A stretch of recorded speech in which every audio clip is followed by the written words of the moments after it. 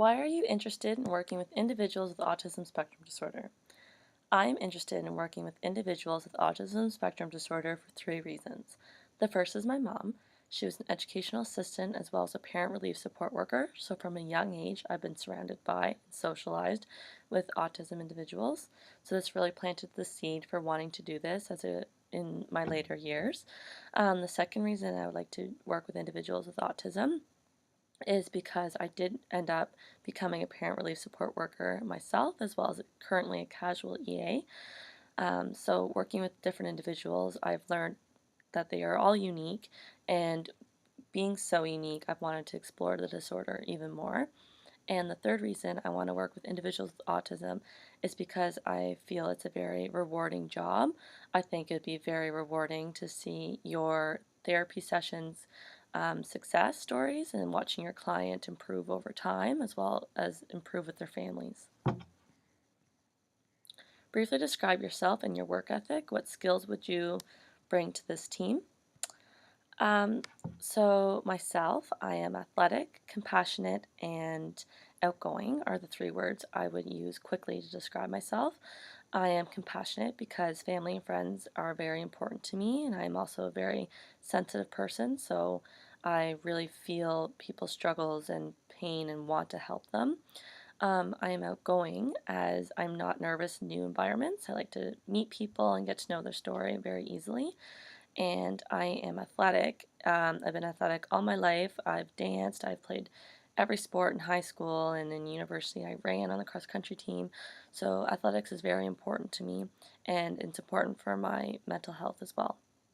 A skill I'll bring to this team is definitely experience and being so outgoing and wanting to learn and eager to learn. And I've worked in many teams, so I think all combined, I will bring a very positive relationship to this team as I will get along with everyone and want to do my best for them.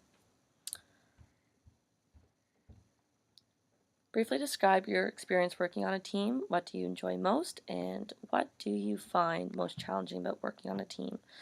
So currently I am working on a team full of a teacher, two EAs, an ECE, a CERT teacher, and a school support counselor, as well as the principal. What I find most about working on this team that I enjoy is the open communication and the ongoing meetings we have about the four children we are working with.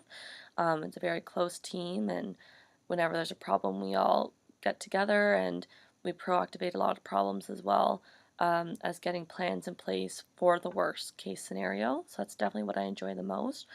What I find most challenging about working on a team is making sure everyone is up to date, even though we have a lot of meetings.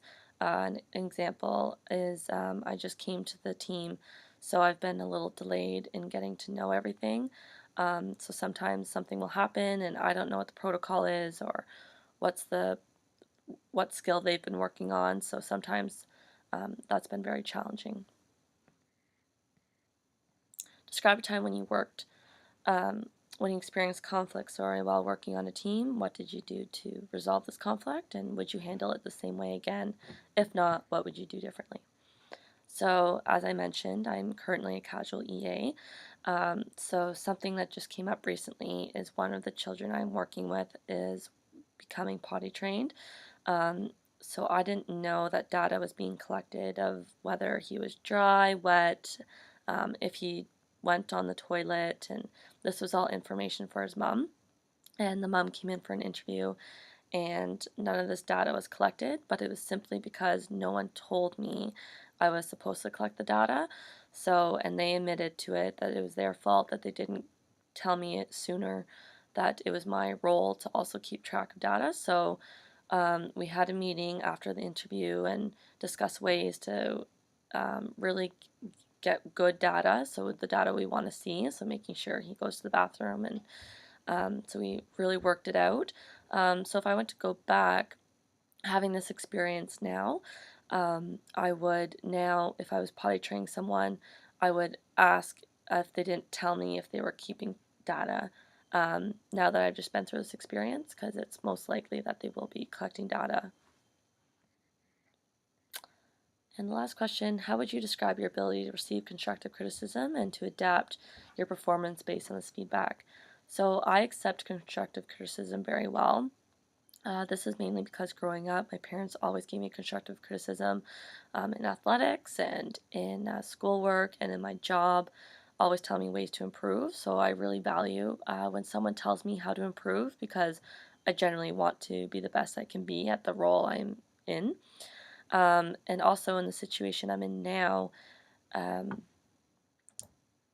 there is a lot of individuals and professionals on the team I'm working with who have better experience than I do and more experience.